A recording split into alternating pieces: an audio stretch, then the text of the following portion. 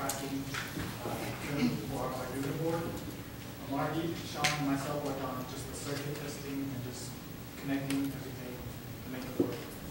So the goal of our project was to create just a solar-based charger for any smartphone device. The needs that we thought needed this was just aimed at people who would be outdoors a lot, who didn't have regular access to an outlet, such as campers or contractors, or even in case of natural disasters, such as power outages.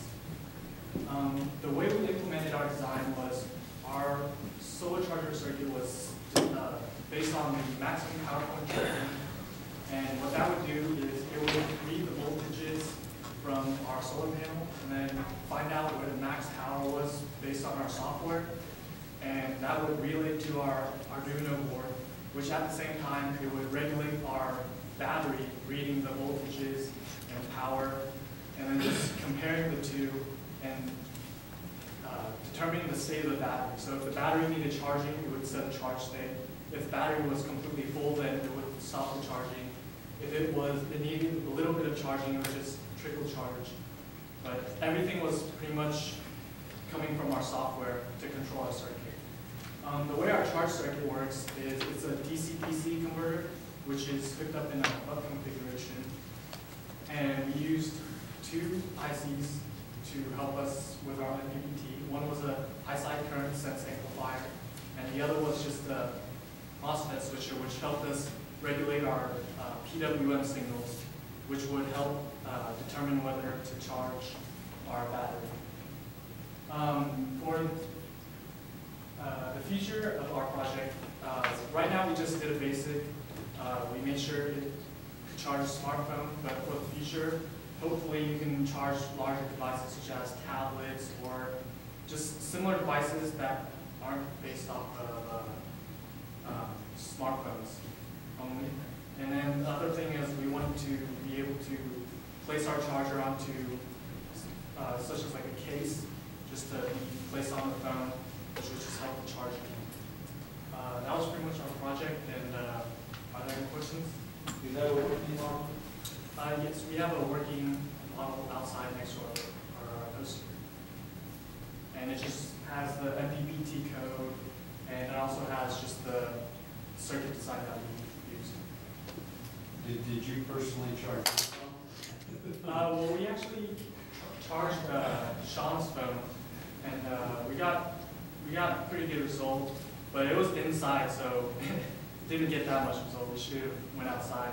But you have not tested your project. Well, we used instead of a solar panel, we used a voltmeter, and we just, since it was indoors mostly, we tested our panels to make sure they were working, but they weren't generating enough power indoors. How difficult to take it outdoor and test this? Because you have to provide a tested result, right? Yes. We tested it a little bit outside. Because for senior design, we tested it. Was there a lot to say outside of that? Well, we tested it for a little bit, and then, I mean, with the weather outside, it's... No, but that's not skill, right? You really, this should be great to be saturating your... I mean, certainly you need to leave it there. You turn a discharged phone and charge it once.